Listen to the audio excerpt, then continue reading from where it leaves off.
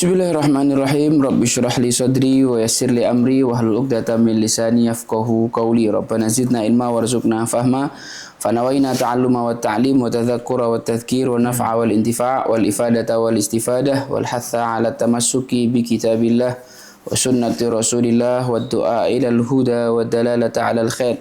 Ibtigha'a mardatillahi wa qurbihi wa thawabihi wa wajhihi subhanahu wa ta'ala. Wa nawaina silatul rahmi wa ziyaratul ahbab ibtigha'a wajhillah. Ya fattahu ya alim, ya fattahu ya alim, iftah alaina futuhal arifin. Ya fattahu ya alim, ya fattahu ya alim, iftah alaina fathan qariban ya arhamar rahimin. Assalamualaikum warahmatullahi wabarakatuh. Waalaikumsalam warahmatullahi wabarakatuh. Alhamdulillah, salatu wassalamu ala rasulillah, usi nafsi wa iyyakum bitaqwallah, beserta jamaah pemirsa podcast Haifala. Alhamdulillah pagi hari ini kita kedatangan seorang ustadz yang sangat luar biasa, Ustadz Muhammad Hussein Gaza. Gimana kabarnya Ustadz? Alhamdulillah Ustaz. Saya tidak luar biasa, hanya saya biasa di luar. Masya Allah. Memang biasanya orang luar biasa itu tidak mengaku kalau beliau luar biasa. Beliau adalah seorang putra bangsa yang sudah mengkhidmahkan dirinya. Beliau belajar di bumi yang barokah di Gaza. Beliau bertemu dengan banyak masyayikh, bertemu dengan banyak pejuang, mengambil banyak ilmu, mengambil banyak istifadah, mengikuti, meneladani akhlak-akhlak mereka, menyerap semangat dan energi mereka. Kemudian beliau mengkhidmatkan waktunya, dirinya, pemikirannya untuk menjelaskan banyak hal tentang kondisi saudara-saudara kita yang ada di sana dan bagaimana seharusnya kita seorang muslim itu punya kepedulian terhadap saudara-saudara kita di sana. Ala kulli hal, kita sapa dulu Ustaz. Ustaz, kaifa hal Ustaz? Alhamdulillah, saya tapi kaifal hal antum? Alhamdulillah, bikhair wa lutuf wa afiyah wa salamah. Berkat doa antum. Hayakumullah. Ya Allah, Rabbana yarfa' darajatak insyaallah fi akhirah. Ya Rabb, ya Wa Rabb. yaftah 'alaikum insyaallah. Ya Rabb. Ini safar lancar kemana aja Ustaz? Habis ini lanjut kemana? Alhamdulillah masih ya Timur Tengah lah. Jawa Timur, Jawa Tengah. Timur Tengah ya, Yeah. Jawa Timur, Jawa Tengah. Alhamdulillah. Masya Allah. Baik Ustaz, saya mulai dengan sebuah pertanyaan. Apa problem yang paling saat ini besar, paling masif dihadapi umat terkait hubungan antara kaum muslimin yang ada di Gaza dan di luar Gaza? Kemudian apa saja keresahan antum? Kira-kira antum punya ide dan gagasan apa yang merupakan solusi dari masalah itu? Baik, alhamdulillah wassalatu wassalamu ala Rasulillah.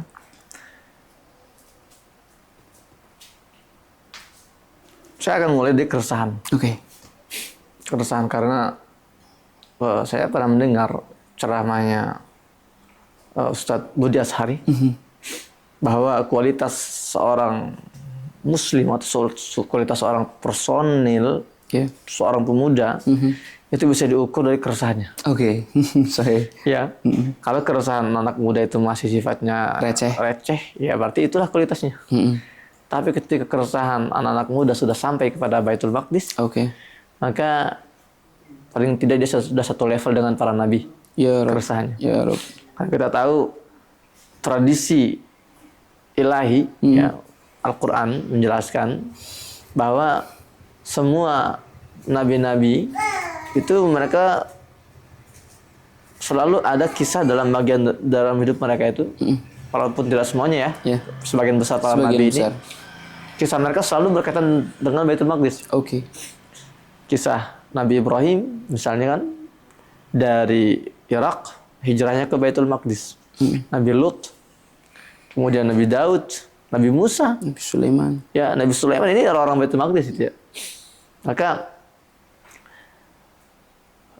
ketika seorang anak muda itu sudah keresahannya dan kegundahannya itu Baitul Maqdis, maka saya katakan antum selamat, congratulations, alf mubarak, antum sekarang sudah satu level dengan para nabi keresahannya gitu ya. Keresahannya ya? Iya. Insyaallah. Ini menarik sekali karena saya di beberapa forum sering mendapat pertanyaan dari anak-anak muda, terutama anak kampus. Ustadz, saya kok merasa sendirian Ustadz berjuang. Saya merasa sahabat-sahabat saya ini nggak tergerak ketika bicara Palestina. Bahkan terkesan lebih banyak yang nyindir, bully, gitu ya, tanamur. Bagaimana cara saya agar tetap konsisten? Dan saya selalu menjawab kalau ada pertanyaan seperti itu, saya bilang, akhi, ukhti, saya bilang, proyek pembebasan Baitul Maqdis itu visi misi besar. Dan itu hanya menarik bagi mereka yang juga punya ambisi besar. Proyek ini adalah proyek suci, cara Allah ingin mensucikan kita dari berbagai dosa dan kekotoran. Visi misi ini visi misi mulia, cara Allah ingin memuliakan kita, seorang hambanya. Maka bagi kalian yang sudah memiliki visi misi semacam ini, itu sebuah karunia. Jadi nikmati saja sensasinya. Kita hidup di generasi berbeda dengan Nabi SAW, dengan Abu Bakar Siddiq, dengan Umar bin Khattab. Kita hidup di generasi berbeda dengan Salahuddin Al-Ayyubi, tapi luar biasa hari ini kita sedang berbagi visi misi dengan mereka. Itu keren banget itu. Dan saya tegaskan lagi kepada mereka bahwa ketika ada seorang pemuda hari ini terutama yang sudah komitmen untuk membebaskan Masjidil Aqsa, ketahuilah bahwa hakikatnya Masjidil Aqsa yang sedang membebaskan anak muda itu. Sedang membebaskan dia dari kebodohan, dari visi misi yang remeh-temeh, dari kegundahan yang receh-receh. Tapi sudah diangkat derajatnya untuk menjadi insya Allah ma'an nabiyin. Ya, insya Allah ma'an dia. Dan kedua, jadi kalau Ustaz Budi Azhari mengatakan kualitas anak muda itu dilihat dari satu keresahannya, saya tambahkan satu lagi, keresahan dan musuhnya.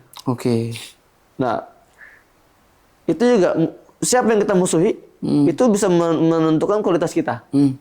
Kalau kita masih memusuhi sama keluarga, mohon maaf ya. Banyak anak muda kita ini sama bapaknya itu kayaknya nggak akur. Ya sama ibunya, sama adik atau kakaknya. Kalau musuhnya masih circle keluarga, ini sudah worst quality. Ini al-aswa gitu ya, fil jaudah. Hari ini tuh malah banyak yang musuhnya diri sendiri dan belum selesai-selesai, Ustaz. Itu masalahnya gitu. Apalagi ini ya musuh sendiri kan. Itu semakin kecil circle permusuhannya semakin kecil itu kualitasnya. Kualitas dirinya. Nah, tapi semakin besar ya musuhnya, misalnya dia sudah tidak lagi memusuhi keluarga, tapi dia musuhnya misal preman kampung gitu ya. Itu sudah mending tuh. Tapi levelnya masih kampungan. Artinya dia menguras energinya, tenaganya untuk bagaimana menghabisi preman kampung gitu ya. Itu lebih mending. Oh, semakin besar musuhnya, musuhnya sudah tidak lagi preman kampung, tapi musuhnya misalnya pejabat-pejabat korup. Ini sudah tingkat nasional nih, bagus. Tapi ketika seorang anak muda sudah memilih Bani Israel sebagai musuhnya, wah itu sudah level para nabi. Berarti dia sudah mengamalkan isi Al-Quran tentang siapa sebenarnya musuh gitu. Ya. Dan sekali lagi dia sudah menyamakan level dengan standar para nabi. Karena para nabi kita musuh-musuhnya kan Bani Israel dari dulu ya, sejak masa-masa Nabi Musa ke bawah itu. Kalau orang Muslim hari ini masih sibuk mengusir sesama kaum Muslim, ini sebenarnya kacau gitu. Kacau sekali. Habis energi kita kan harusnya kita kolaborasi untuk musuh-musuh yang sebenarnya. Ya betul sekali. Jadi jangan terdistraksi. Kalau bapak saya Allah yarhamu, orang yang dikenal sangat sabar di kalangan keluarga saya itu, di kalangan masyarakatnya. Jadi humoris, sabar, dan juga bijak. Makanya beliau punya istri 2. Ya. Anaknya 16. Iya. Saya saksi hidup melihat bagaimana ayah saya ini kalau digunjingi atau difitnah atau diserang personal itu nggak pernah marah itu. Kapan ayah saya marah? Kalau dulu itu kalau masa-masa tahun 2000 awal, tahun 90-an ya. Mohon maaf nih buat anak Gen Z ya. Ini apa? Ini milenial semua kan. Ini pengalaman milenial ya. Mungkin ada yang kolonial di sini. Ada kolonial 2. Nggak usah ditunjuk yang mana orangnya. Dulu itu ada acara. Dulu itu kan nggak banyak. Nah yang namanya stasiun televisi nggak banyak kan. TVRI, Indosiar, CTI. Cuma ada 5 kalau salah dulu itu. Nah di setiap malam jam 9 malam itu ada namanya Dunia Dalam Berita. TVRI. Itu adalah satu-satunya momen bapak saya melihat kondisi saudaranya ada di Gaza, di Palestina. Dalam Dunia Dalam Berita itu. Bapak saya yang terkenal seorang yang santun, yang sabar, yang bijak, ketika melihat di berita itu wajahnya Ariel Sharon, Ariel Sharon ini Perdana Menteri Israel sebelum Netanyahu, itu keluar kata-kata mutiaranya itu. Baru keluar. Dia seolah-olah bapak saya nggak menyampaikan secara langsung, tapi bapak saya ingin menyampaikan melalui subliminal message kepada kami anak-anaknya. Pesan-pesan yang alam bawah sadar. Seolah dia ingin mengatakan, wahai nak, pilih dengan bijak siapa musuh. Siapa yang kau musuhi. Jangan kau habiskan energimu untuk memusuhi sesama kita. Jadi kadang bapak saya kalau ada orang kampung sekitar yang menghina, jawaban bapak saya sederhana. Itu mah saudara saya. Sama muslim. Itu bukan musuh kita. Mungkin dia sedang khilaf. Gitu kan. Tapi ketika dia melihat wajah-wajah penjajah itu di televisi itu, kemarahannya itu sangat terlihat sekali itu. Nah, dan masalah terbesar ini seperti yang tu bilang, kita ini terlalu banyak memusuhi mereka yang tidak patut kita musuhi gitu loh. Kita terlalu menguras energi untuk memusuhi sesama kita. Ya. Misalnya beda mazhab musuhan. Kemudian satu mazhab nih, sesama mazhab Syafi'i. Beda ormas musuhan lagi gitu kan. Satu ormas satu mazhab, beda partai politik musuhan lagi. Terus sudah satu partai, satu ormas, satu mazhab, beda klub sepak bola musuhan lagi. Ya. Jadi itu bahayanya ketika kita salah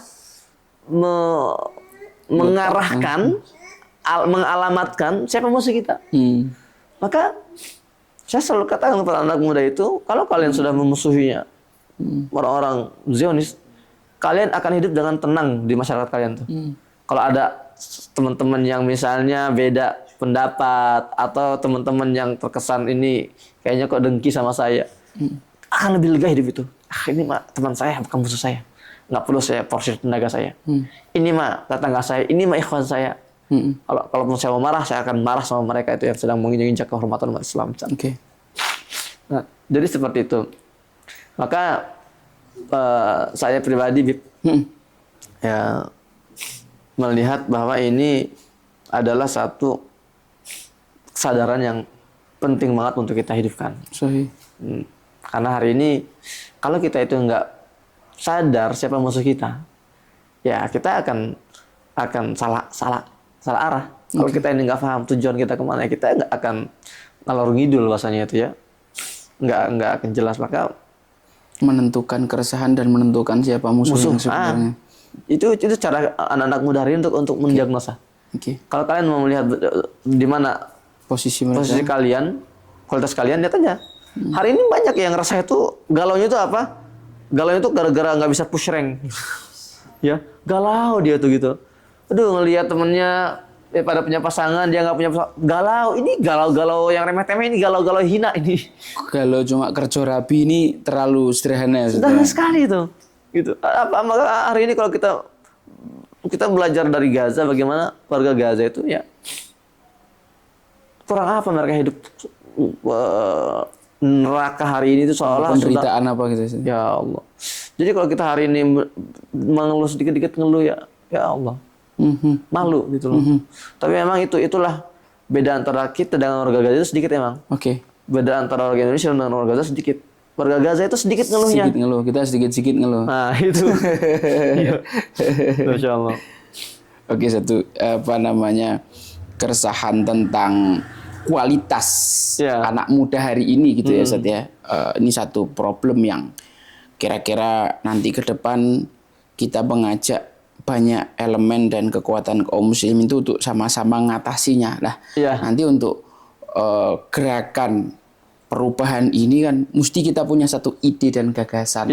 Apa kira-kira itu Ustaz yang antum hari ini sangat ingin suarakan? Mungkin barangkali nanti ada di antara jamaah yang mendengar dan bisa menyebarluaskan. Ketika saya di Gaza, salah satu keresahan terbesar saya adalah ketiadaan konsistensi pada umat Islam. Inkonsistensi bahasanya itu. Antum kemarin sudah dikirim ya oleh Habib Pak Aris ya, tulisan saya, e-book. Itu pertanyaan saya selama 12 tahun tinggal di Gaza. Kok bisa sih orang para kaum muslimin di dunia ini kok ketika mensupport Palestina itu musiman, 3 tahun sekali. Nunggu saudaranya berdarah-darah dulu gitu. Iya. Kenapa bisa? Padahal kami di Gaza ini di jajah itu per detik loh, per menit. Kontinuitas nggak berhenti mereka itu. Kenapa? Keresahan perhatian kita kok musiman? Itu pertanyaan saya, itu pertanyaan kalian semua sebetulnya kan. Bedanya kalian bertanya itu sambil siang bolong bengong gitu ya, nggak ada ngapa-ngapain. Kalau kami bertanya sambil dibombardir gitu kan. jadi beda ruh bertanya itu. Iya. Nah, akhirnya saya baru menemukan jawabannya ketika saya pulang ke Indonesia. Tahun 2018 saya sempat pulang ke Indonesia, nggak lama, beberapa bulan. Di situ saya diajak keliling-keliling oleh satu NGO mengisi kajian sana sini. Di situ saya berinteraksi dengan masyarakat Indonesia. Di situ saya melihat bagaimana cara mereka berpikir. Ternyata masalah terbesar kenapa kita nggak konsisten, karena kekeliruan kita dalam memandang hubungan antara kita dengan warga Palestina. Seperti apa sebenarnya cara pandang warga Indonesia ini? Mayoritas dari kita, ini yang saya riset ya, menganggap bahwa hubungan mereka dengan Palestina itu hubungan antara donatur dengan penerima manfaat. Itu masalahnya. Jadi saudara-saudara kita tuh kesini fundraising gitu. Jadi seolah hubungan kita hubungan materi, hubungan donasi seperti. Jadi kita keliru. Kita melihat genosida di Gaza, penjajahan di Palestina seperti kita melihat bencana banjir, bencana longsor. Ya pengennya kirim bahan baju bekas misalnya gitu kan, kirim dana sekali selesai gugur kewajiban. Itu keliru besar itu. Karena ya bagi kita masalah Baitul Maqdis ini masalah akidah. 2000 ayat Al-Quran menurut Dr. Ahmad Naufal, mufassir kontemporer dari Palestina yang tinggal di Yordan. Dia meriset Al-Quran, 2000 ayat-ayat Al-Quran itu membahas tentang Baitul Maqdis. Dan ayat-ayat itu turunnya di Fatrah Makkiyah, periode Makkah di mana periode turunnya ayat-ayat tentang akidah. Jadi memang ini berkaitan erat antara Baitul Maqdis dengan akidah. Kaum muslimin. Nah, jadi janganlah kita mau melihat masalah akidah ini dari kacamata materi gitu kan, donasi, apalagi kita meletakkan warga Gaza, warga Palestina sebagai pihak yang yadus sufla. Jadi kita yadu'ulnya, mereka yadus sufla. Ini apa ini gitu loh. Kebalikan. Nah, dan saya berusaha mendalami lagi. Kok bisa umat Islam itu memiliki pemahaman seperti itu? Ya hubungan ya rendah, ya, yang motivasi rendah seperti ini antar donatur dengan penerima manfaat. Jujur saja ini memang pahit, tapi ini otokritik buat kita semua. Bahwa yang menyebabkan menjamurnya pemikiran seperti ini adalah konsep kajian kepalestinaan yang selama ini dijalankan oleh teman-teman aktivis di Indonesia. Ini teguran buat kita semua ya, Ustaz ya? Iya. Nah, saya melihat memang konsep ini kalau secara sekilas it's okay, nggak masalah. Tapi kalau kita dalami, ini bermasalah sekali. Sebagian berawal dari niat yang baik, tapi tata caranya ini menimbulkan efek yang kurang positif, Ustaz ya? Ya, betul sekali. Nah, jadi bagaimana contoh kasus ya, satu NGO datang satu masjid, membawa satu syekh dari Gaza, Palestina, kemudian menyampaikan satu materi yang materinya out of date lah, nggak ada yang baru, klasik, itu aja, bahwa Masjidil Aqsa kiblat pertama umat Islam, bahwa ini adalah Salis Haramain, ya, masjid ketiga, ini adalah tempat ketiga yang harus dikunjungi, itu nggak berubah narasinya. Ada 10 syekh dari Palestina ke satu masjid selama setahun misalnya. Datang selama 10 kali pertemuan. Iya, pasti itu yang dibahas itu kan, selalu itu bukan hal baru. Kenapa? Karena memang yang saya baca niat mereka itu bukan untuk mengedukasi. Tapi niat mereka adalah ya untuk galang dana. Jadi edukasinya cuma 10 menit, 15 menit. Yang lama itu di lelang. Di masjid pula. Menurut saya itu kurang etis. 10 juta, 5 juta. Yang saya khawatirkan, kalau template kajian kepalestinaan seperti ini, nanti para audiens setelah memberikan harta sisa yang nggak seberapa itu, pulang ke rumah dengan membawa pemikiran, Alhamdulillah ya Allah sudah gugur kewajiban saya. Kewajiban yang mana? Coba kita perhatikan warga Gaza. Kenapa mereka nggak mau keluar dari Gaza? Kenapa mereka lebih memilih digenosida, dibantai? Padahal mereka itu bisa saja loh hidup dalam kondisi yang lebih layak kalau mereka itu nggak ngelawan. Itu sebuah tawaran yang sangat menggiurkan sebetulnya dari Israel tuh. Tapi mereka menolak. Karena mereka yakin yang sedang mereka pertahankan hari ini bukan rumah mereka, milik kaum muslimin. Mereka sedang mempertahankan tanah wakaf umat Islam. Mereka memperjuangkan kehormatan kita. Dan apa yang mereka harga apa yang mereka bayar untuk memperjuangkan keselamatan kita? Birruh bidam. Ya, darah, nyawa, harta mereka, anak mereka habis, orang tua mereka dibunuhi. Nah, kita memberikan uang sisa 3 tahun sekali merasa gugur kewajiban kita. Maka saya tidak menyalahkan masyarakat. Saya menyalahkan, ya mohon maaf ya, NGO ini. Jadi setelah, itu tradisinya kan, setelah mereka mengumpulkan donasi gitu, lalu mereka meninggalkan masjid, mereka nggak paham dampak besar, dampak negatif yang mereka tanamkan dalam otak-otak masyarakat. Jadi soal umat berpikir ya udah hubungan kita ya hubungan donasi, gitu kan?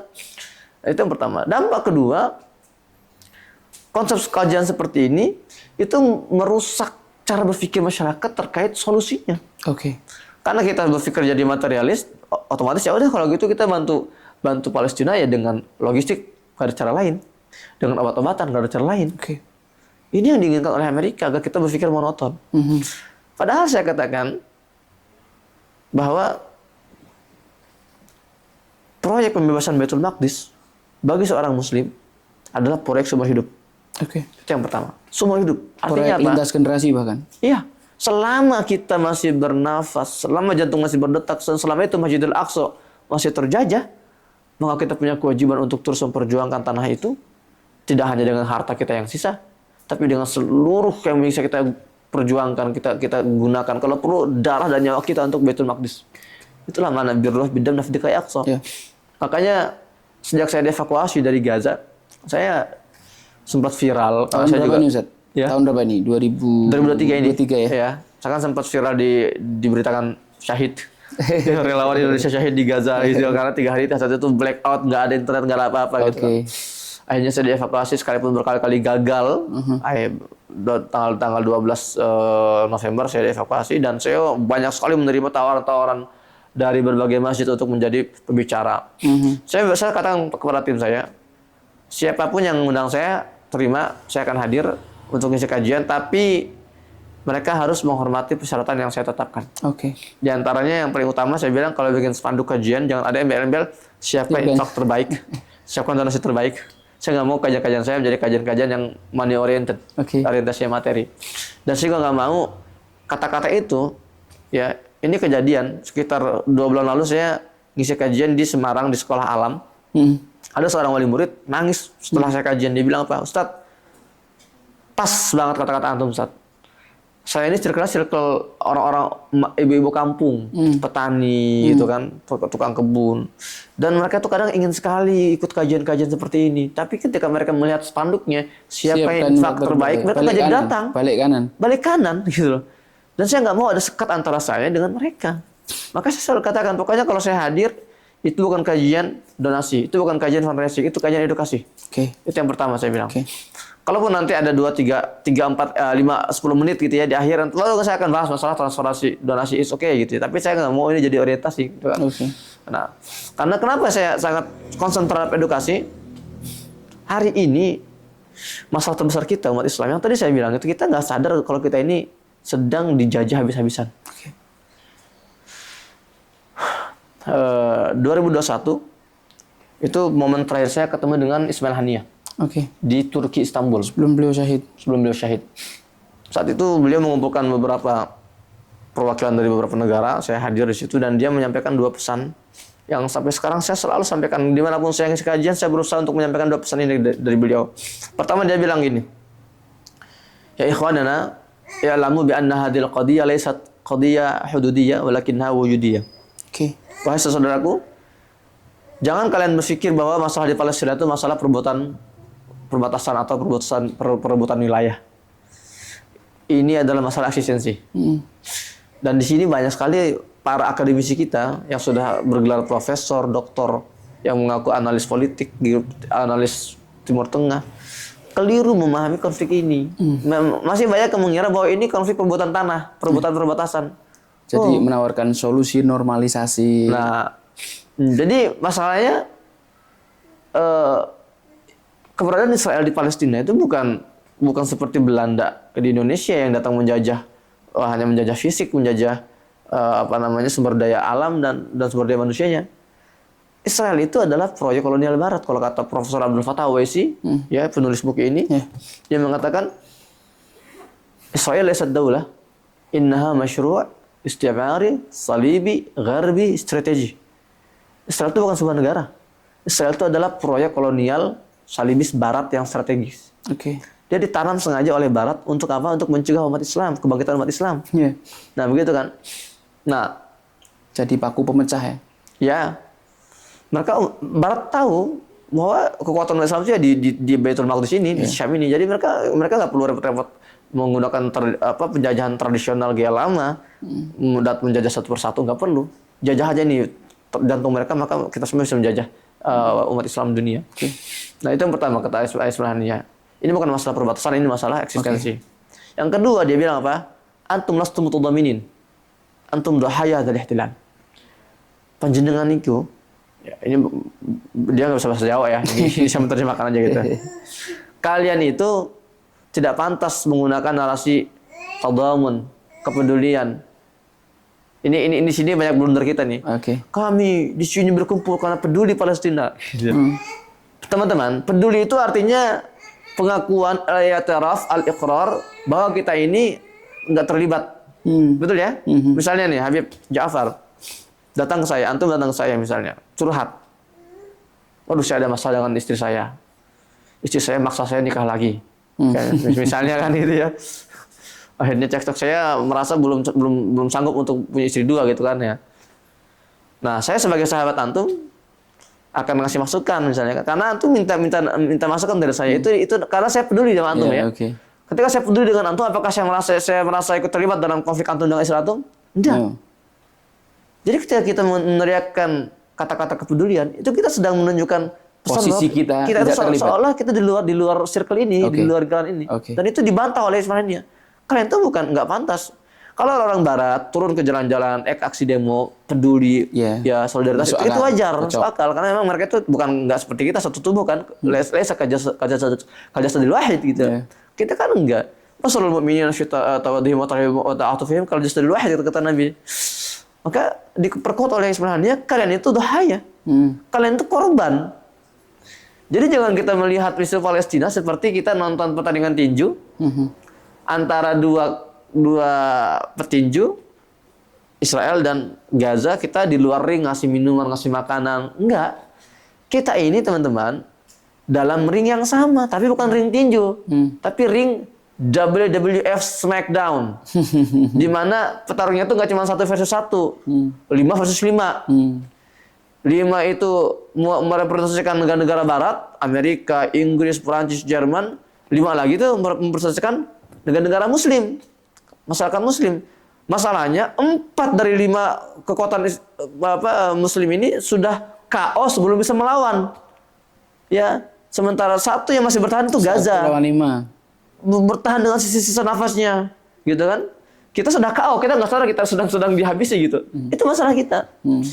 Maka dia tegaskan kepada kita bahwa Israel ini hadir di Palestina untuk mencegah kebangkitan kalian umat Islam. Maka bangun, dia ingin membangunkan kita. Teman-teman, saya selalu bilang di berbagai forum saya bilang gini. Kesuksesan tertinggi sebuah penjajahan bukanlah ketika mereka berhasil menghabisi korbannya. Keberhasilan puncak sebuah penjajahan bukanlah ketika mereka berhasil membumi hanguskan targetnya, bukan. Tapi kesuksesan tertinggi sebuah penjajahan adalah ketika mereka berhasil meyakinkan si korban bahwa kalian gak terjajah. Itu kondisi kita hari ini kan. Seolah hidup ini cukuplah dengan saum, dengan sholat, dengan zakat, dengan penjajahan mental dan persepsi sebenarnya. Ya, kita nggak paham, kita itu sedang dihabisi kita. Ya, maka dari itu, kalau kita melihat sejarah, Salahuddin Al-Ayyubi, sang sultan, sang mujahid, pembebas Baitul Maqdis, hari Jumat, tanggal 27 Rajab tahun 583 Hijriah, bertepatan dengan tanggal 2 Oktober 1187 Miladiyah Masehi, di hari Jumat pembebasan Baitul Maqdis, dia kumpulkan semua pasukannya dan dia menyampaikan pidato fenomenal.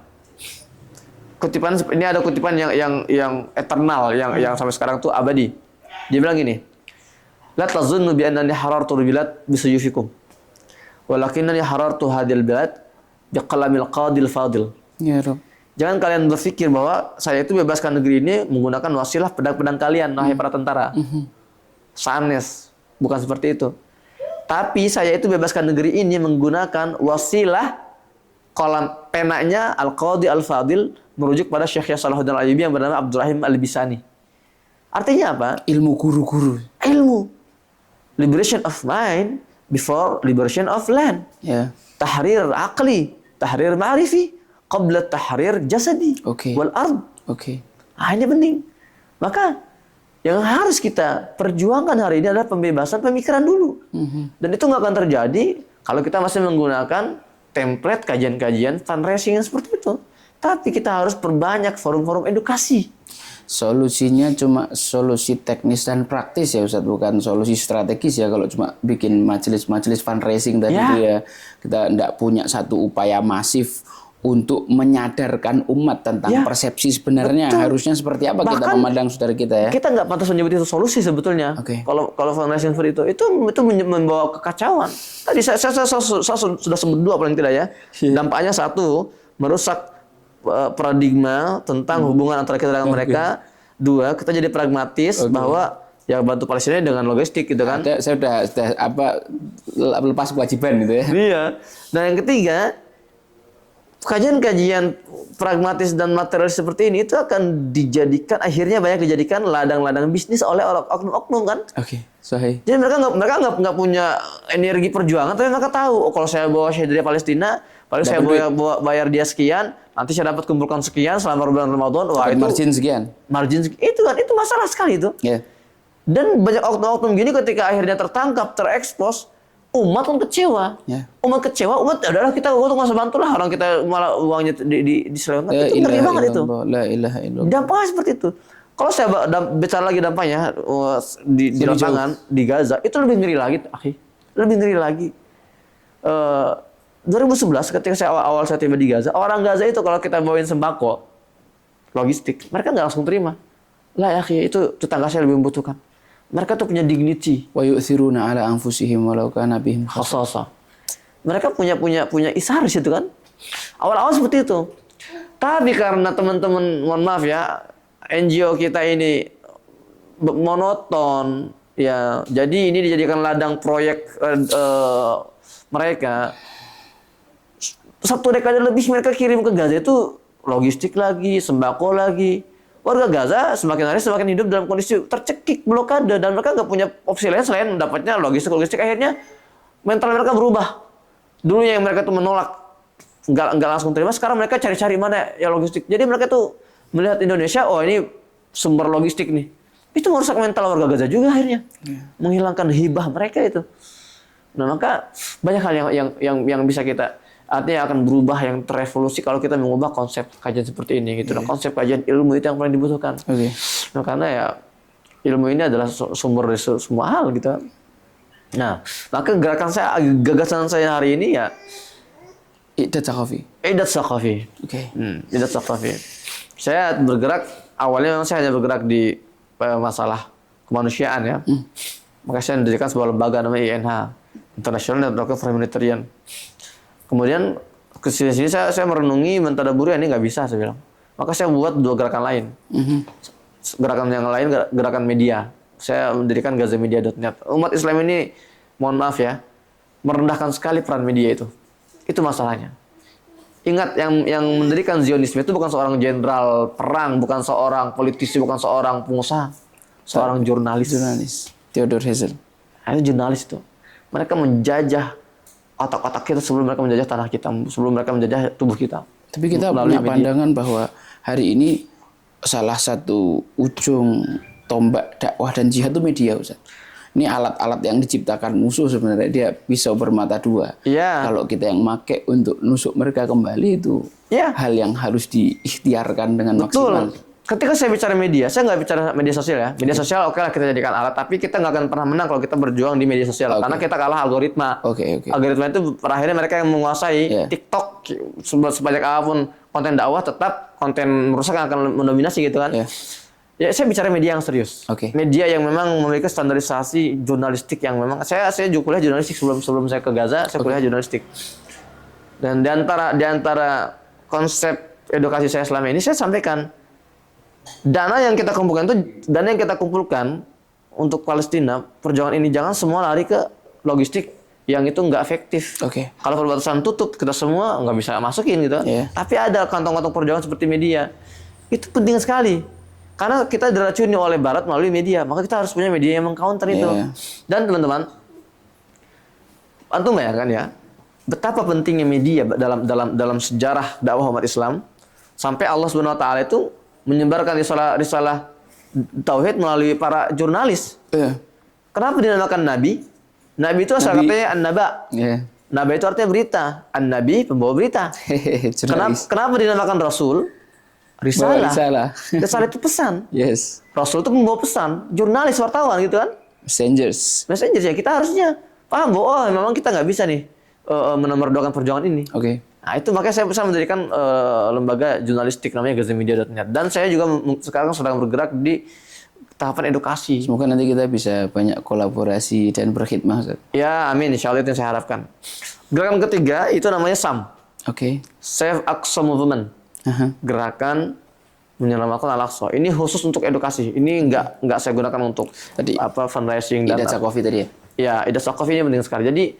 Jadi saya melihat ini tiga lini yang harus kita kuatkan di situ.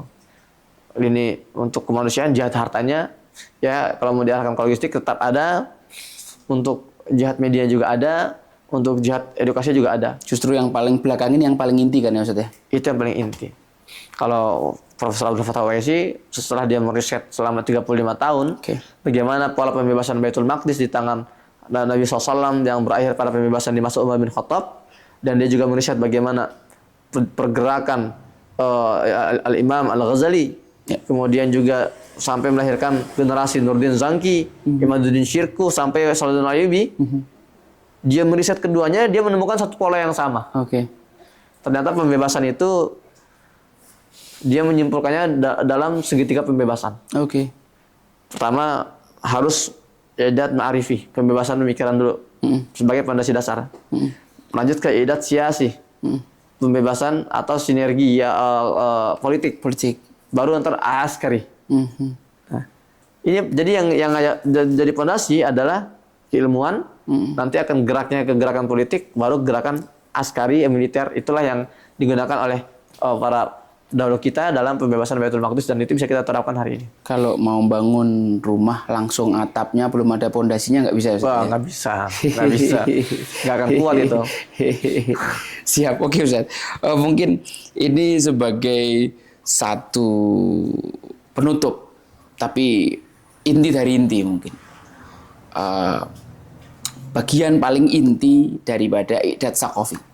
Bagian paling inti daripada persiapan keilmuan. Karena hari ini kaum muslimin dengan berbagai macam latar belakang, keilmuan, pengetahuannya, kondisinya, apalagi di Indonesia ya, ada orang desa, ada orang kota, ada orang yang akademisi, ada yang tidak, ada yang pondok pesantren, ada yang tidak. Kemudian sakofah mereka tentang Islam itu sendiri masih cukup berbeda-beda. Apalagi kita bicara posisi kita secara keilmuan dan akidah terhadap Baitul Maqdis. Lalu langkah konkret apa nih Ustadz? Mungkin step by stepnya secara umum saja, hal-hal yang bisa dilakukan oleh orang-orang yang sudah menyadari pesan antum ini. Jadi mulai dari ilmu apa, seperti apa kita akan mengajarkan, dan bagaimana kemudian kita membangun kesadaran sempurna tentang posisi kita terhadap Baitul Maqdis itu sendiri. Jadi pertama, ketika kita sudah sepakat bahwa kita sedang krisis ilmu, maka langkah pertama adalah kita mulai rakus untuk meraih ilmu sebanyak-banyaknya. Dan ilmunya pun harus lebih spesifik. Al-ilmu nafi', al-ilmu nafi' alladhi yu'addi ila tahrir Baitul Maqdis. Ilmu bermanfaat yang bisa membawa kita pada pembebasan Baitul Maqdis. Dan kalau kita merujuk pada strategi Al-Quran yang diejawantahkan oleh Nabi SAW dan beliau terapkan di kalangan para sahabat, keilmuan itu bermula dari Al-Quran. Ya, itu bukan sebuah hal yang kita perdebatkan ya. Bagi seorang muslim, sumber ilmu itu adalah Al-Quran. Oke. Maka saya pribadi selalu berpikir bahwa ada 2 jenis jihad hari ini yang harus kita wujudkan. Satu makro jihad, satu mikro jihad. Oke. Makro jihad ini ketika kita bicara tahapan militer, pembebasan, kemudian pergerakan masif. Mikro jihad ini adalah bagaimana langkah-langkah terkecil para dai kita menyiapkan peradaban. Bahkan ini fondasinya Ustaz ya? Ini fondasinya. Jadi, tapi tetap narasi Baitul Maqdis itu harus terus diingatkan. Yes. Ketika kita datang ke desa-desa kecil, ingin mengajar ngaji satu kampung terpelosok, ya kita gunakan narasi Baitul Maqdis untuk memperkuat motivasi kita. Oke. Kadang kalau ada dai misalnya mau dikirim ke tempat pelosok untuk ngajar ngaji, oke, khairukum man ta'allama wa 'allamah, oke gitu loh. Itu kadang akan masuk pada ya, terus apa bedanya saya dengan kalau saya ngajar di kota misalnya, kalau saya ngajar di tempat lain misalnya, terus sama-sama aja ngajar, tapi kalau kita punya pemahaman bahwa kita berharap dari anak-anak kampung inilah yang kelak akan melahirkan Salahuddin baru. Kita nggak tahu dari mana mereka akan hadir. Kita mengajarkan kampung ini untuk melahirkan generasi yang siap untuk memikul peradaban besar, merealisasikan janji Rasulullah. Janji Rasulullah untuk pembebasan Romawi gitu ya hari ini. Maka dari itu siapapun, ini saya selalu katakan, siapapun ustadznya, segmentasi apapun, ya target dakwahnya, itu saya rasa harus terus disatukan, direkatkan dengan narasi pembebasan Baitul Maqdis. Oke. Karena kita tidak bisa menyatukan gerakan dakwah hari ini dengan di bawah panji misalnya mazhab tertentu atau di bawah panji politik tertentu, nggak bisa. Dari dulu Allah melahirkan, menciptakan, mendesain Baitul Maqdis itu untuk menyatukan umat. Itulah yang dilakukan Salahuddin Ayyubi. Semalam saya ngisi kajian di teras dakwah, ada yang nanya itu, Ustadz, mana yang lebih dahulu Ustadz? Pembebasan Baitul Maqdis baru kita bersatu, atau kita bersatu dulu lalu bebaskan Baitul Maqdis? Ini pertanyaan yang sebetulnya tricky. Banyak kan yang saya seperti itu. Jawaban saya seperti ini. Itu bukan hal yang binari. Kalau kita A ya harus B, kalau kita B harus A. Kalau kita B ya nggak boleh A gitu ya. Ini pertanyaan yang kalau kita lihat sejarah ini bisa simultan. Contoh Salahuddin Ayyubi, beliau hidup di masa umat Islam terpecah-pecah. Oke, yes. Lalu apakah beliau fokus menyatukan umat dulu, meninggalkan perjuangan Baitul Maqdis? Paralel dikerjakan. Paralel. Bahkan beliau itu memperjuangkan Baitul Maqdis dan beliau gunakan narasi itu untuk menyatukan umat. Yes. Itu penting sekali. Oke. Hari ini kita bergerak menyuarakan Baitul Maqdis, Masjidil Aqsa, dan kita gunakan narasi itu untuk menyatukan, merekatkan yang terpisah-pisah ini. Karena kalau tidak dengan isu Baitul Maqdis, kita mau menyatukan dengan isu apa, gitu ya? Maka itu menurut saya langkah-langkah yang paling konkret kita ajarkan siapapun kita, apapun ladang dakwah kita, medan dakwah kita, dari yang terkecil, medium sampai yang terbesar, kita rekatkan dengan narasi pembebasan Baitul Maqdis. So, ada salah satu nasihat dari guru-guru kami. Karena lupa ini apakah Habib Salim Abdullah Syatri atau Habib Abu Bakar Al-Adni waktu itu menyampaikan tentang hadis Nabi Muhammad SAW ketika nanti ada Al-Malhamatul Kubro di mana kaum muslimin itu di bawah satu panji memerangi orang-orang Yahudi, menghancurkan mereka sampai mereka lari tunggang langgang, mereka bersembunyi di balik tempat apapun yang mereka temukan, ima itu tembok, ima batu, semua benda mati itu atas izin Allah berbicara. Berbicara menunjukkan posisi di belakang mereka ini ada orang Yahudi. Ya. Dan perkataan dari batu tadi, kecuali pohon gorgot, perkataan dari batu tadi menarik, Ustaz. Ya Muslim. Ya Abdullah. Di belakang gua ada orang Yahudi. Faktuluh, ya Muslim, panggilannya itu ya Muslim, bukan ya Syafi'iyin, ya Hanabiliyin, ya Indonesiyin, ya man antum, bukan. Ya Muslim.